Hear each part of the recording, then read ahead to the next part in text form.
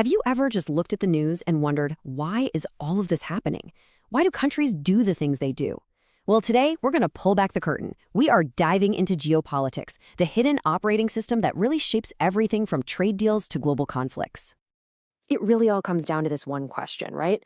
It seems so incredibly complex, but I promise, by the end of our time here, you're going to have a brand new lens to see the world through, one that helps you finally understand the real motivations behind the headlines. So, let's get into it.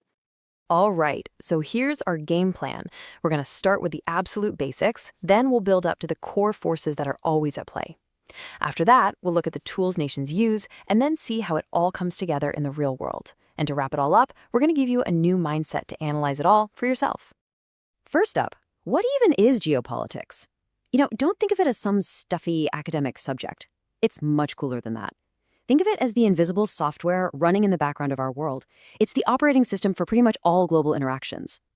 So here it is, the core definition. Geopolitics isn't just one thing.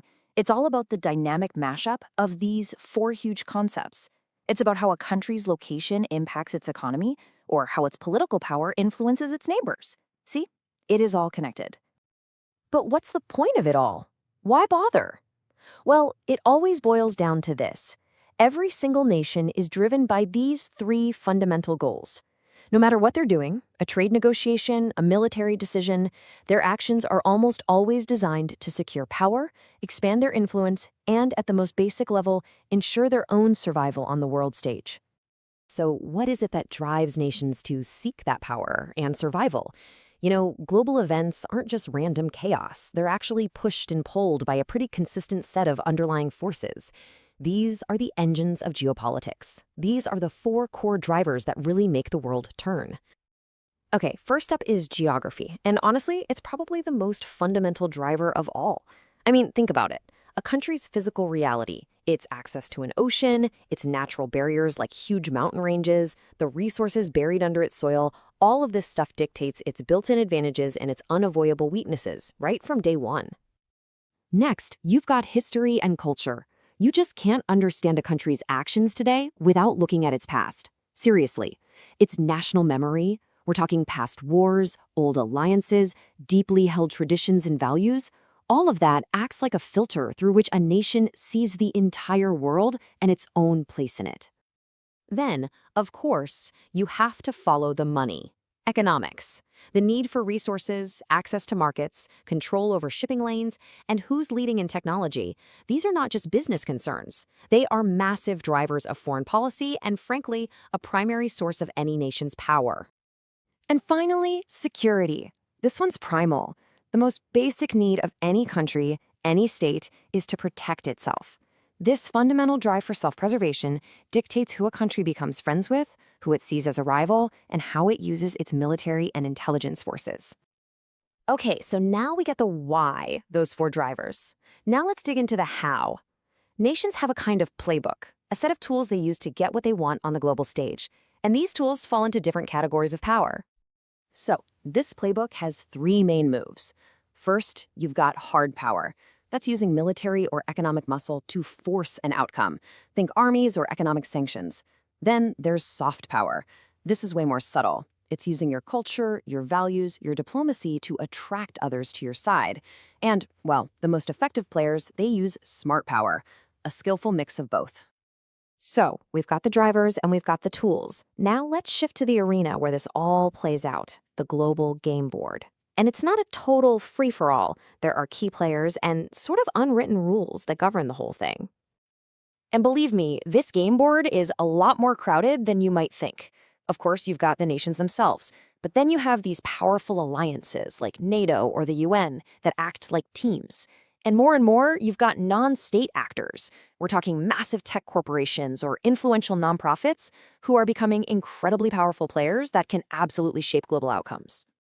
So what keeps this whole incredibly complex system from just collapsing into chaos? Well, it's this core principle, the balance of power. This is the constant, dynamic effort by all the players to make sure no single nation or alliance gets so powerful that it can just call all the shots. It's like a delicate dance that maintains a very fragile global stability. And it's so important to remember that geopolitics isn't just about conflict. I know that's what gets all the headlines. But the game also involves incredible amounts of cooperation. Nations work together on everything from trade deals to climate change because they realize that sometimes working together for mutual benefit is the smartest path to power and survival.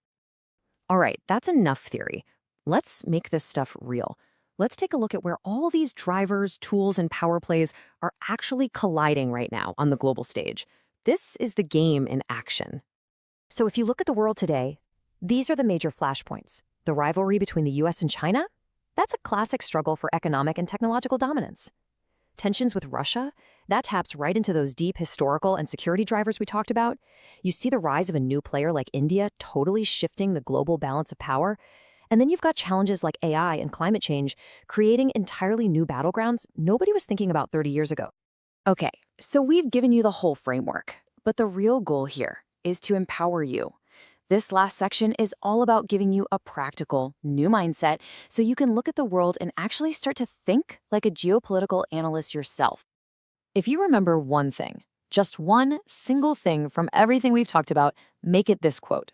This is the golden rule of geopolitics. Alliances shift, leaders come and go, but a nation's core interests, its need for security, resources, and influence, those things are remarkably consistent over time. So here it is, your simple 3-step mental checklist. Anytime you see a major world event in the news, first, just ask yourself, cui bono, who benefits from this? Second, look at a map. Geography will often tell you way more than a politician's speech ever will. And third, always remember that golden rule. Focus on the permanent interests, not the temporary friends. And there you have it. We've given you the operating system, we've shown you the playbook, and we've helped you build the mindset. The next time you open up the news, you'll have a totally new way to decode the global game. So